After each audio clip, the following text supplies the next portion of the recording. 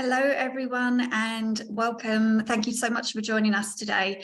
You just joined She Can Code's Imposter Syndrome, Symptoms, Causes and Coping webinar. I am your host for today, Kaylee Batesman, the Content Director at She Can Code. Excuse me. For those tuning in who aren't familiar with us, She Can Code is a global community with a mission to close the tech gender gap. We use content, marketing and events to engage, inspire and attract more diverse communities to the tech sector. Now, before I introduce our speakers, please note that we have a live Q&A session running throughout today. So please submit your questions throughout and we will try and get to them at the end. So let's kick off with my wonderful guests for today. I have Holly Kane, Director of Impact and Experience at Velocity Global, Reena Patel, Website and Developer Experience at Vista, and Natalie Trice, author, coach and mentor. And she also works on She Can Code's Ask Us Anything section. So if you haven't read it, you should go and check it out because she does great things on there. Welcome, ladies. Thank you all so much for joining us. Hello. Hello all. We're going to kick off with some introductions, please. So can we start with Natalie? Can we start with you? A little bit about yourself, please. Of course, thank you so much. So I'm Natalie Trice. I live in Devon by the sea. And I've worked in the world of PR for 26 years. So I have PR'd pretty much everything from Cartoon Network to Epson printers, Robbie Williams, Brad Pitt, vegan bags. I had a son who was born with a complicated condition called hip dysplasia. So my career was slightly sidetracked because he had multiple operations and spent quite a few years in hospital.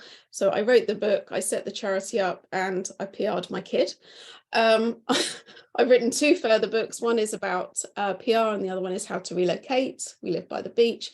And my real passion is to make PR accessible and inclusive, both in terms of entry to the industry, but also I teach business owners, entrepreneurs to get themselves in the press as well. So I'm very conscious that it's not an overly diverse industry. And when it comes into business owners, I think that also people think it's just for Beyonce and Coca-Cola, but you know, Beyonce started somewhere. So that is my passion. As you said, I write for you. I'm an ICF accredited coach. So I also kind of empower women to take their careers forward in the PR industry.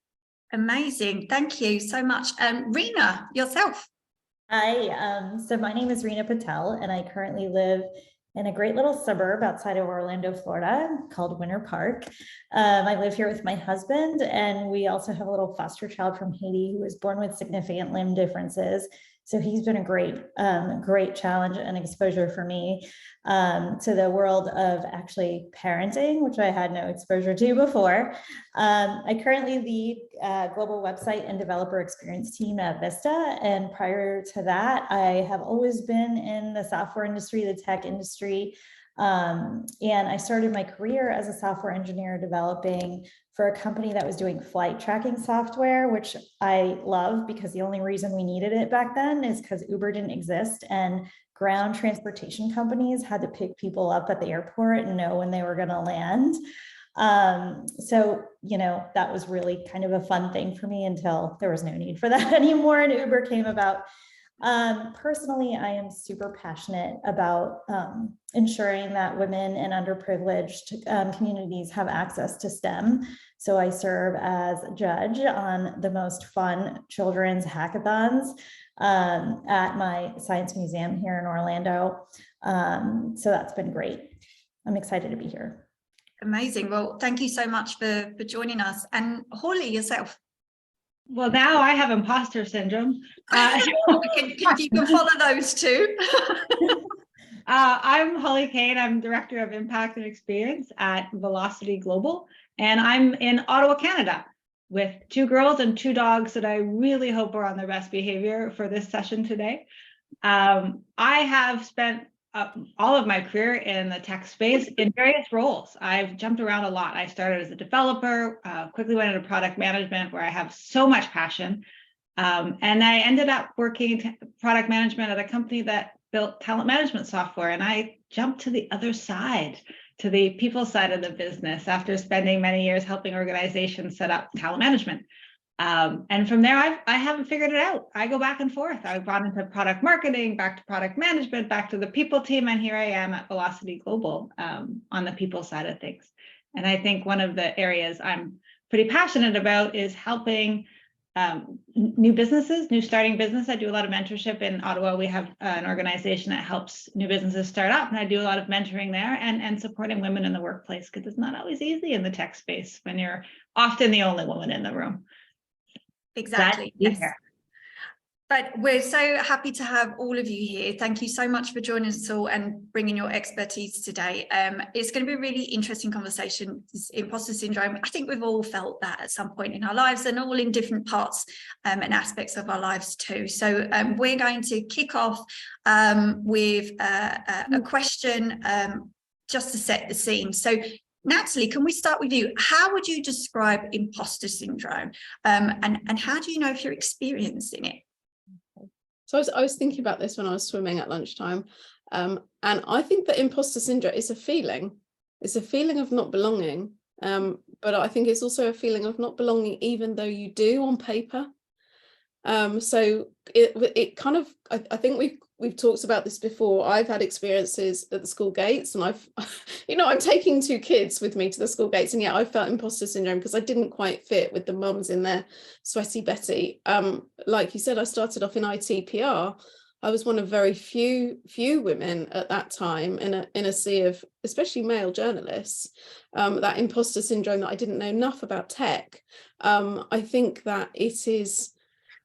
I think it's a really difficult one, because I was listening to a podcast as well the other day, and it was about academics, PhD students feeling like they had imposter syndrome. And you're like, seriously, you're the most clever people in the world. And yet in that setting, because of their peers, they had this feeling of not belonging, not fitting in. And I really think that that's a strong sense. Also thinking about my coaching clients or my peers in the industry, it's kind of quite like we feel like they're going to catch us out and work out we're rubbish, or that we don't really belong, or we don't have the right shoe. It's such a complex thing. Even going back to Mean Girls and that idea at the playground, well, I can't be friends with the cool girls because, I've got tights on and they've got long white socks. It's so complicated that we then, but I also love conversations like this, because I think that it does impact so many of us, but then we're too afraid to tell anyone. So it's further compounded. So that's my take. It's a feeling of not belonging, even though you should. Yes, actually, I love the fact that because you're from ITPR, coming from a background in B2B journalism, I always used to work with the ITPRs and look at them like, how do you know so much on a certain subject? Because I could just gloss the surface of everything, but the ITPRs, they have to know the ins and outs of all of the products, and they have to know exactly what they're doing. So to hear that actually you were sitting there feeling like, somebody's going to find me out, from the outside to the journalist, just assume that you knew everything you were talking about. You've got to kind of deconstruct those gas cables underneath the floor. You've got to understand them. Then you've got to make them easy enough for Joe Blogs to understand it, but relate it to a journalist. So it's multi-layered, but it's funny the reflections other people will have on the situation, and how many times someone will go, can't believe you felt that way. Yes, because we're relying on you to have the knowledge, and whoever that person is. Exactly. Yes. Yeah. Hawley, yourself, how would you describe imposter syndrome and that feeling? How have you felt it? I think definitely the sense of belonging, and I think that sort of comes from childhood, right? Like you get that, you said it, schoolyard. Do I belong here? Do I fit in here? And it's also that confidence and that sort of lack of confidence, because it doesn't matter what you've accomplished, but it's just not being able to say, I can do this, right? And it comes down, to me, a lot of it comes down to confidence and growing that confidence and being able to sort of recognize that you've come a long way and you're part of it. So until you get to that point, you're like, oh, I don't belong at this table. These people, they talk better than me, they sound better than me, they look better than me, they're older than me, they're all of these things that I am not. And I don't have my own self-worth yet to be able to say, but I belong here. Yes, instead of focusing on all the good things, as Natalie said, all the things that you are on paper that probably, you know, they just don't align with how you're feeling and what you're thinking. Rena, yourself, you mentioned becoming a parent recently. Is that something you felt as a parent and also at work? Yeah, absolutely. Like, definitely, I think children, Natalie, to your point, the school gates are such an interesting place because you go there and suddenly you realize, wait, this woman has 3 children she's lugging about, and I could barely hold the lunchbox and the backpack, and I need to rush back in my car for this call that I'm on, and I'm really trying to juggle a lot. But also just how I was raised. You know, my parents raised me as, you know, first generation immigrants, telling me like, achieve what this person is achieving, hold this person to your gold standards, a lot of comparison. And what I found as I've grown is I continued to do that comparison, like, oh, this person is so much better than I am, without being able to actually recognize my own achievements and my own accomplishments and celebrate those. Definitely. As you said, there is comparing yourself to others, and the fact that, you know, you feel a certain way, you're rushing back to your car and you're looking at other mums thinking, you know, you've got all these other children. It's always that comparison, isn't it? To think, you know, maybe people are going to find out that I'm not coping very well, but everybody is usually feeling exactly the same way as yourself. For sure. Holly, in terms of your career, how has imposter syndrome affected your career? And looking back, are there things that you might have said or done differently had you not felt this way? Yeah, I think there's 2 moments early in my career that sort of hit me hard. One of them just, it's almost funny. I was my sort of first corporate job, getting off the elevator. It was a while ago, so we wore suits.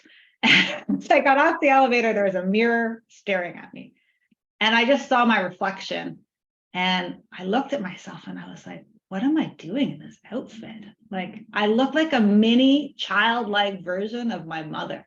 And I just didn't know what I was doing there.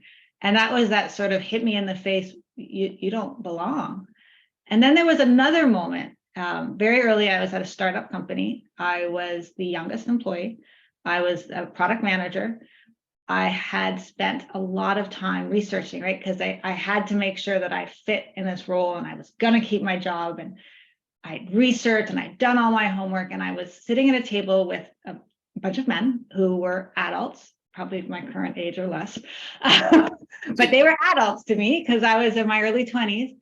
And they just knew they were the VPs, they were the CEOs at the table. These were the guys that ran the company. And I was this 20-something product manager.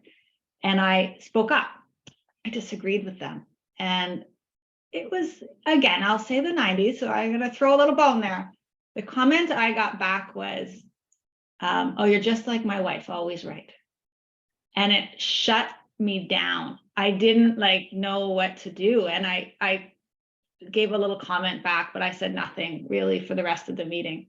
And what I didn't know then was they weren't any smarter than me. Sure, they were older and they had sort of more experience, but I had done my research. I had talked to development. I had talked to customers. I had read all the analyst reports. I knew what I was talking about. And I was right, but I didn't have the confidence to say, no, here are the facts. Here's the research. I immediately just let them shut me down. And I learned a lot from that. I carry that. I use that example all the time. I can remember the feelings I had. I remember the comments I wish I had said back a day later, but didn't quite have at the time. But that kind of set that stage for me as maybe I'm not good enough to be here. And anytime I wanted to speak into the next role.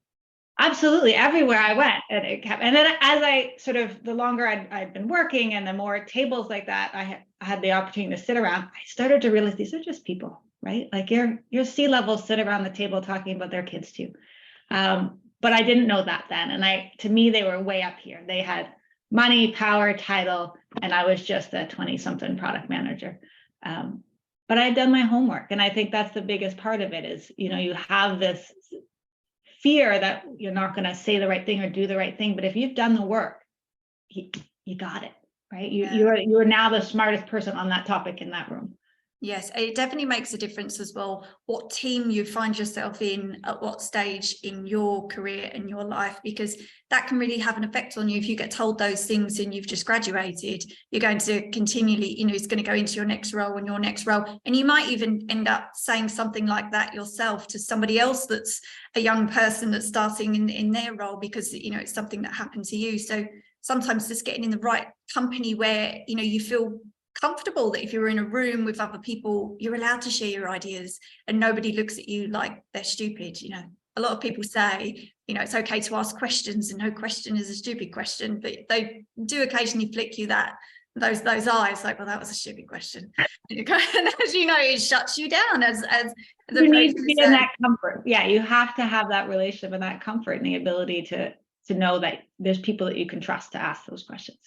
Yes, definitely. And Natalie, yourself, how has imposter syndrome affected your career? I know you talked a little about when you were in IT PR and making sure that obviously that you knew your stuff, and you have to. It's quite a responsibility as well. Being an IT PR, you have to share the accurate details with everybody. Did you find that imposter syndrome was creeping in on your career? I'm going to throw a different element on this. So I started in IT PR.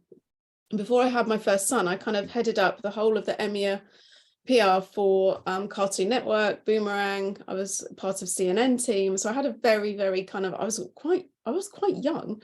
I had quite a very senior role, managed a lot of agencies around the world, had my sons, and I became free. I set up my own business. So I've essentially worked for myself for 17 years.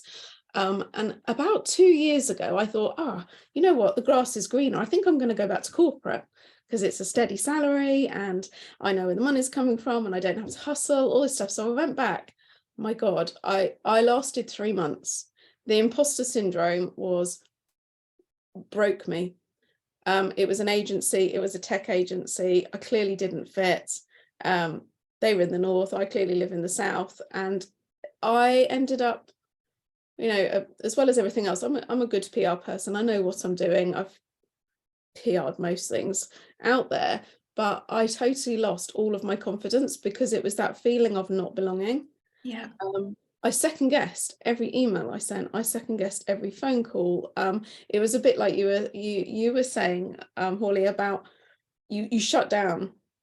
So I'd think, okay, well, I know that they should be doing this, but they're all looking at me and they don't think I'm good enough to be doing this job. And I would say I lasted 3 months. And I had a bit of a meltdown with my husband after Christmas. I was like, I'm not going back there. They're really mean. I was like, yeah, great. You're nearly 50. But that imposter syndrome was so real because I knew that I knew my stuff, but I felt so intimidated by the culture and the environment. And I'm a very inclusive person. And I believe that everyone has something to bring. So that idea, those questions a stupid question. I used that phrase yesterday in my membership because we're here to learn. And that was a very kind of, but I saw it as a growth. So I was just like, you know what, I'm a free spirit. I love being able to go to the beach at lunchtime and not having to let HR know whether or not I'm sitting down. So I learned a lot about myself, but I'm a big believer that it shouldn't feel that way, whether it's the school gates, whether it's a pub, whether it's work environment, especially work, because the impact that it has on my confidence. And I'm a confident, I'm a grown woman, I'm a confident person, but that really kind of shattered me to the point where I said to my husband, even Jimmy Choo's not worth this. And, that's my ultimate job, Jimmy Choo PR. And I was like, it's not worth it.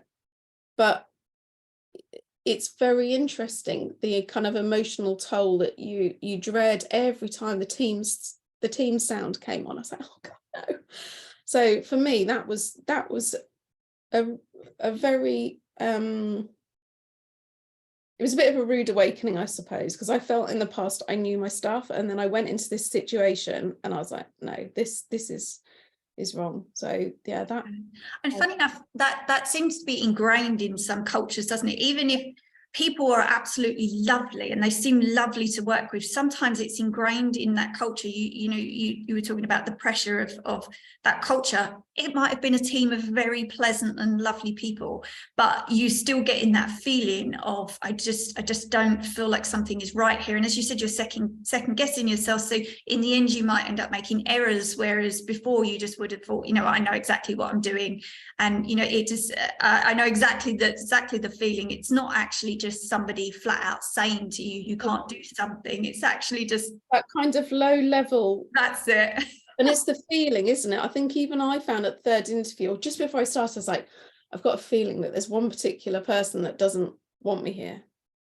And I couldn't shake it. And I think it's also, if we can have the strength to kind of trust those feelings, and quite often we don't, which is probably a whole other seminar, but that kind of intuition, you're just like, oh, this isn't right, but maybe and then you're in the thick of it going, oh yeah, I should have listened, because it's, yeah. Yes, yeah, I agree. And Rena, yourself, have you had anything like that where you felt affected in your career by imposter syndrome, or is there anything that you wish you had said when you were younger, perhaps looking back on your younger self, that you wish you'd spoke up and spoke out about? Yeah, I mean, I always reflect back to like really, really early days of my life as far as I can go. And it takes me back to third grade because it's like the most vivid time. And just being the most different person in the class and not wanting to be the most different person in the class. I did not want to be the only child with parents who had an accent. And I did not want to be the child who everyone, came over to and questioned the way we lived, but I was. And luckily I was, because what it did is it kind of helped me grow and realize that the differences were okay. So when I did end up as a software engineer in a room full of full of men, it was easier for me to speak up and share my ideas and be okay with the fact that I was the only woman in that room. I kind of feel really lucky that I was able to recognize this early on as a child, that I am going to be the different person. I am in just a land where no one is like me. And that really kind of helped me when I did ultimately go into a career where I would be the only person for a while, which is exciting now. And I do see all sorts of people around me. It's so great to know that, hey, we're all here to listen to everyone's ideas. And that's what's actually going to make everything so much better about everything we're working on. Yes, definitely. I love that. Just seeing your differences as an advantage can really flip the script on how you feel at work, and just being yourself. I mean, we promote that obviously at She Can Code, that companies want you to be different. They don't want a female to step into a leadership position and try and be masculine in the way that she leads. They want her to be feminine. So I love that, just embracing your differences, and then you're ready for the world of work. You mentioned there obviously a few ways that obviously when you stepped into work, you felt ready there, and used your differences as an advantage. Did you have any strategies that you used to manage, when you felt like an imposter? Was there anything that you kind of used to say to yourself, if that feeling crept in? Yeah, absolutely. And I'd say that feeling can creep in constantly, like every day at some point it creeps in for me, right?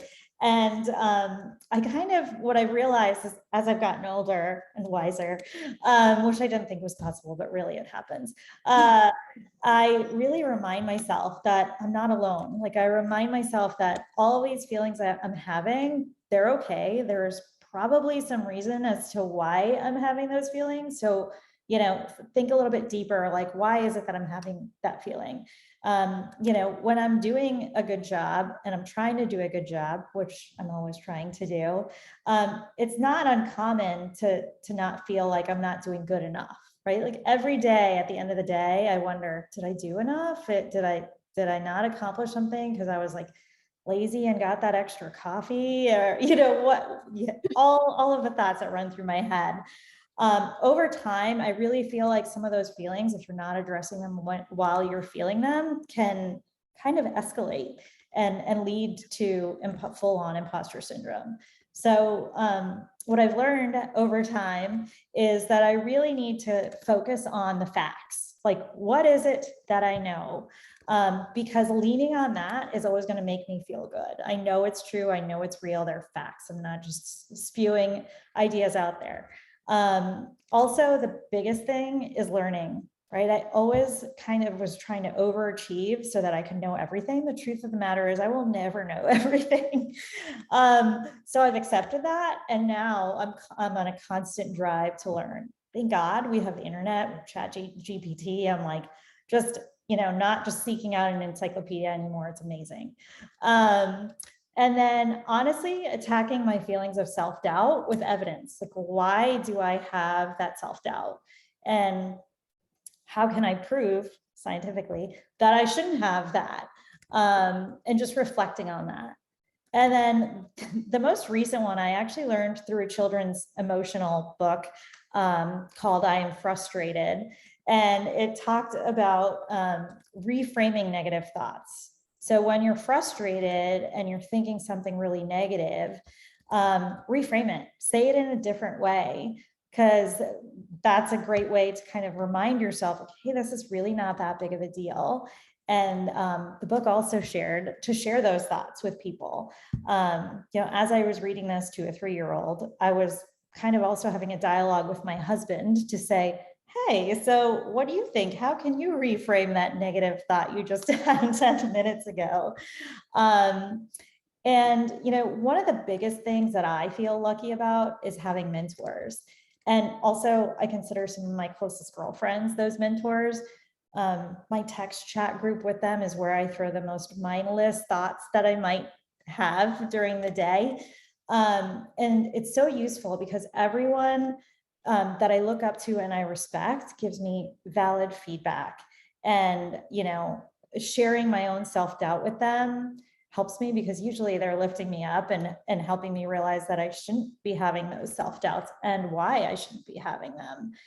And really the last thing is celebrating anything that I do, even if it's the smallest thing. Like, I cleaned out one drawer this morning in the kitchen, and I am taking pictures and sending it to everybody because I feel so accomplished about it.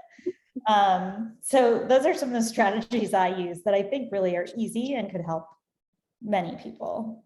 Yes, and even just that reflection, it can help in so many ways. As you said, just trying to understand, why do I feel this way, and how to move forward, and whether or not you're having those doubts because you think, you might have gaps in your knowledge. And as you said, making sure that you continually learn and that you know your stuff. I've heard from lots of women in tech who always say, just make sure you know your stuff. If you're walking into that room, make sure that you know what you're talking about and can be confident in that. But if you're having those doubts, it might be because you still need to learn, or whatever it may be. But obviously, it's just ensuring that it doesn't hold you back, and that you use some of the strategies that you suggested there to cope with them. Natalie, have you got any strategies that you use when you start feeling imposter syndrome creep in? Is there anything you might say to yourself in your head to think, nope, ignore that, that's not me? So I like the idea on celebrating all the wins. So me and one of my sons, who was really worried in the pandemic, he was really stressed that he would catch COVID and have to go into hospital and have operations. It was really quite traumatic. So he started doing that 3 good things every day. So every night before he goes to sleep, we both have to think of 3 good things. And that can be quite good because your brain starts to then track for those all day. So you'll be like, oh yeah, I did do that. And I did get that client or speak at that event.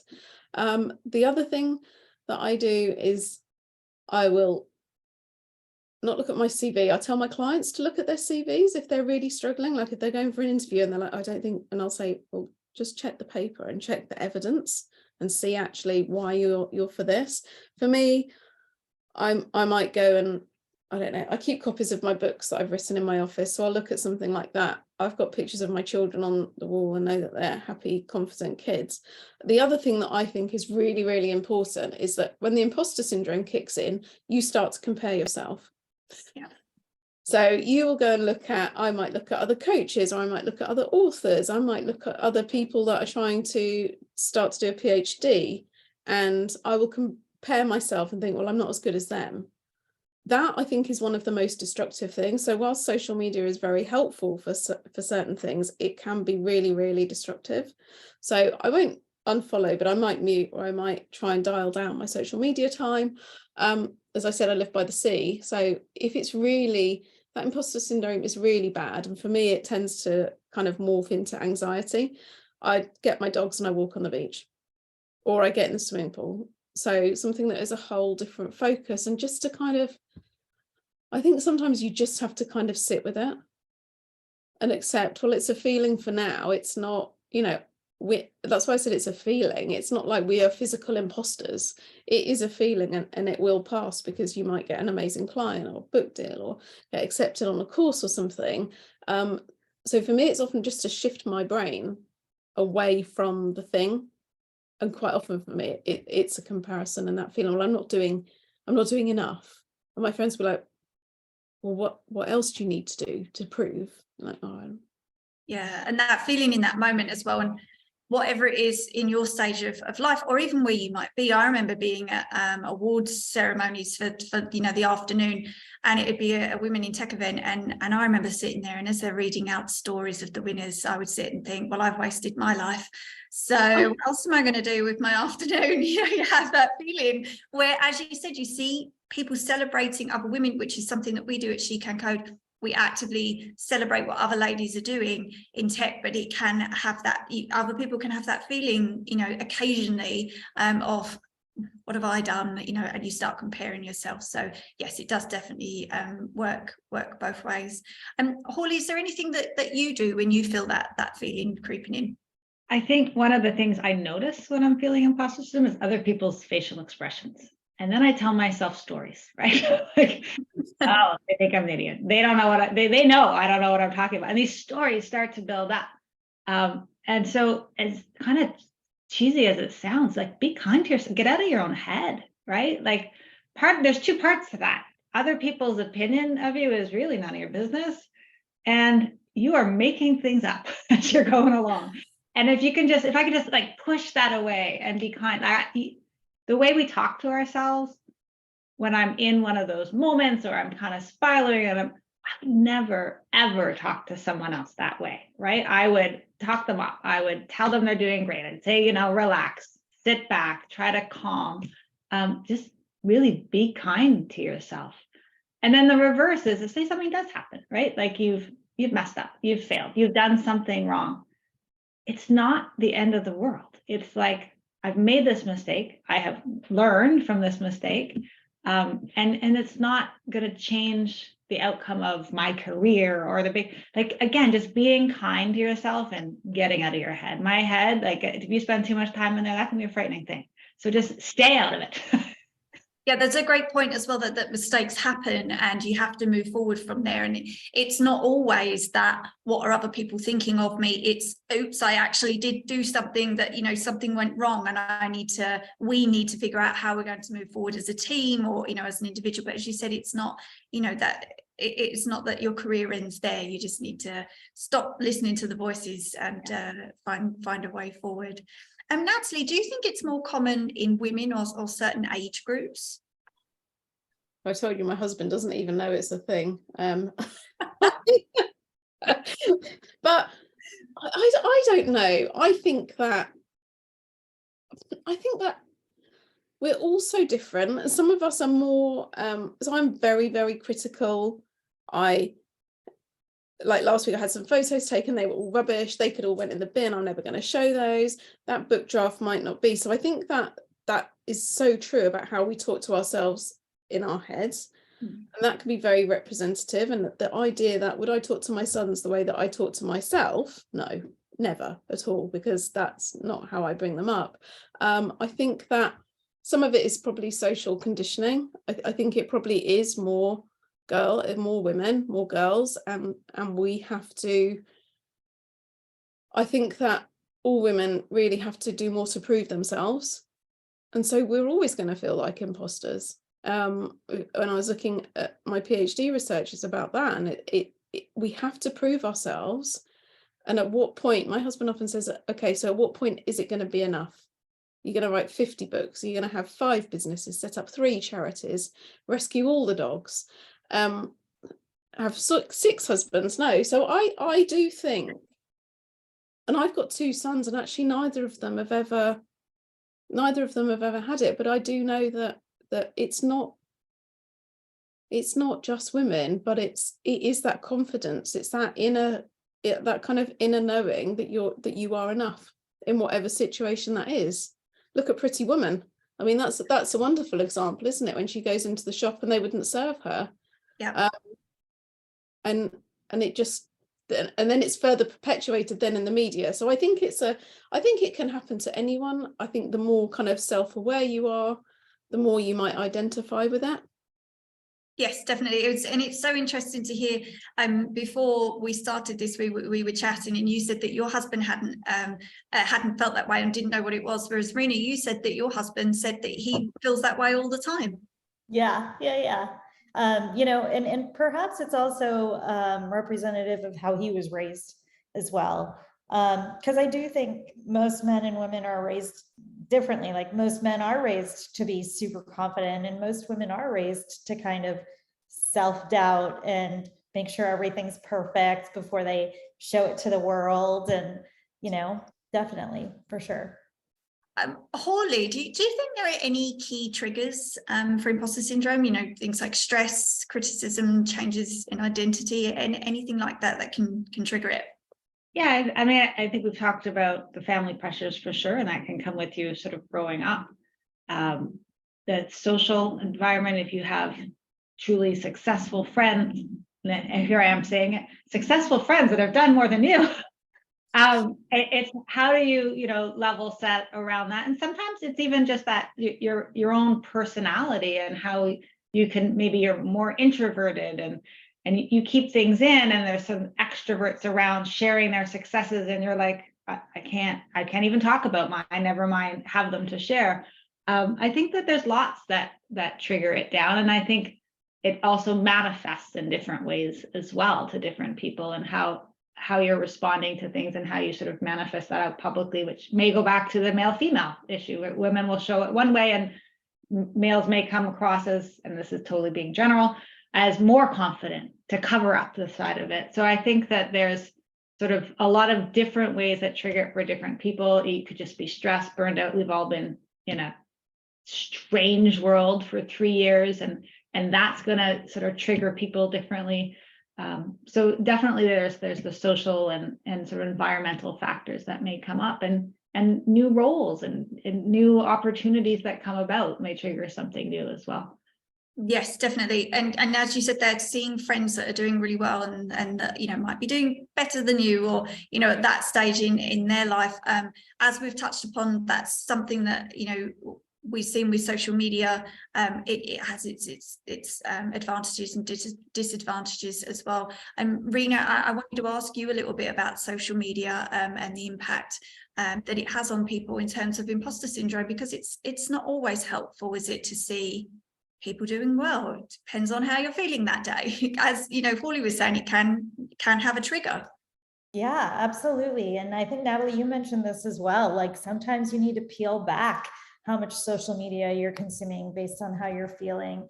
And I definitely agree with that. Like, it can really undermine our sense of what's normal. I mentioned my drawer that I organized, and really that stemmed from social media, right? Like, I saw some super organized kitchen and thought mine needed to be like that. But really, you know, not just perfectly organized homes, people with flawless skin, or employees on LinkedIn who never make mistakes. Like, all you're reading about is all the amazing projects and amazing work that they're doing. You could potentially, I mean, I know I do, begin to view all of these experiences as normal. And that can be pretty unsettling, right? Especially if you have, and you are vulnerable to feeling this way. And if you do, you're going to start to feel, when you're posting or sharing, you know, and trying to celebrate that you're a fraud.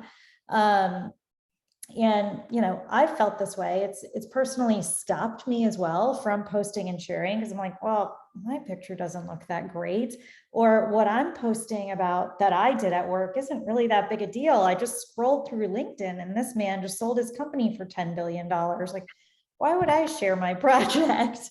So absolutely, I think social media can have a big impact on everyone. And truly, it is our own personal responsibility to know when it's doing that to us and to kind of pause it or recognize it. Recognizing it is already such a big thing. It's always really important to remember too that social media really is an advertisement of someone's personal life and professional life, only highlighting the good and framing yourself or said person in the most positive term. So it's important to remember that and, keep that in mind when you're starting to feel that as you're scrolling through LinkedIn or scrolling through Instagram and starting to, again, a theme we've talked about, compare yourself to other people based on what you're seeing. Yes, definitely. And as you said, to always remember that people only share the positives, and that's, and it can trigger you on some days just to see lots of people's positive stories, but it's not always the full picture. And most people are normally feeling the same way, and have some kind of imposter syndrome seeping in somewhere. Natalie, I just wanted to ask you a bit about, how can you recognize imposter syndrome in others and help them? And along those lines, what can leaders do to recognize imposter syndrome in other women? Perhaps they don't want to put themselves forward for a promotion or, make themselves visible. How can leaders help with that and recognize it? Wow, that's a big question. I think that's very much a cultural change within the corporate world. I think that we have to move towards, it's certainly when I coach people, they will often feel like, can they go for the promotion? Can they set up their own business? Can they do all of these things? And the permission to be able to do it.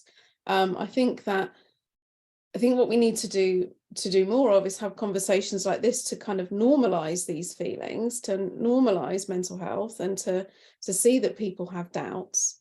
Quite often, I think that we have these HR tick boxing exercises where, we have an open door policy, but actually, really, if you were to go in and say, okay, I'm struggling, I don't know, there's so many things, people who are having fertility treatment, women who are dealing with menopause, separation, their kids have got issues.